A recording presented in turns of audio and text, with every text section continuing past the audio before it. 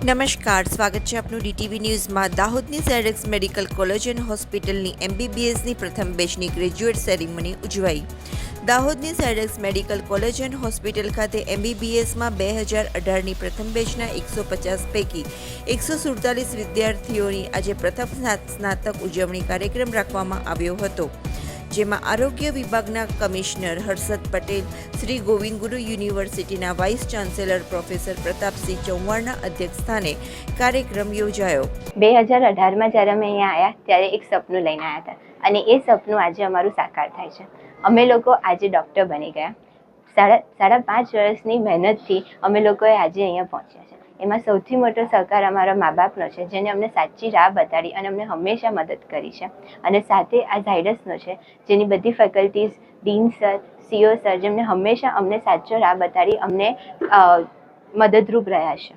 એવું અમે જ્યારે અહીંયા આવ્યા 2018માં ત્યારે દાહોદ એવું મનાઈ જતું હતું કે બહુ જ બેકવર્ડ છે, એકદમ આદિવાસી રિજિયન હોય એવી રીતે હતું। અહીંયાના લોકોમાં બી એટલું બધું ભણતર તો ગણાતું નહોતું, પણ અમે લોકોએ 5.5 વર્ષમાં દાહોદને વધતા જોયું છે। અહીંયા કેટલી બધી નવી સ્કૂલો, કેટલા બધા નવા કોલેજો, હોસ્પિટલ, અમારી ઝાયડસ હોસ્પિટલ જ કેટલી મોટી બની છે।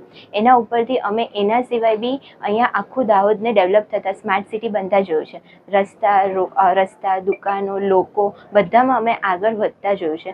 લોકોની માઇન્ડસેટ ચેન્જ થતા જોઈ છે આ 5 વર્ષમાં, જેમાં CEO doctor Sanjay Kumar, dean doctor CB Tripathi, Prakash Patel, Hetalrao સહિત વહીવટી અધિકારીઓએ અને અલગ અલગ ફેકલ્ટીના તબીબો તેમજ ડિગ્રી મેળવનાર વિદ્યાર્થીઓના વાલીઓ પણ મોટી સંખ્યામાં હાજર રહ્યા।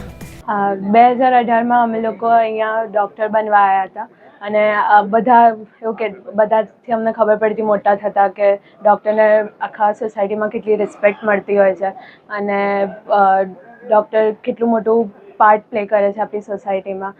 એટલે અમારું નાના હતા ત્યારથી અમને સપનું હતું કે ડૉક્ટર બનીએ અને આજે અમે લોકો ગ્રેજ્યુએટ થઈ રહ્યા છે, એટલે એ વસ્તુની અમને બહુ ખુશી છે અને we are proud of ourselves and even we are thankful to our parents કે એમને અમને આટલું સપોર્ટ કર્યું છે, આટલા યર્સ આટલું સપોર્ટ કર્યું છે, and to the entire Zydus for always supporting us and giving us this great opportunity, and આગળ જઈને we hope to become a helpful part to the society।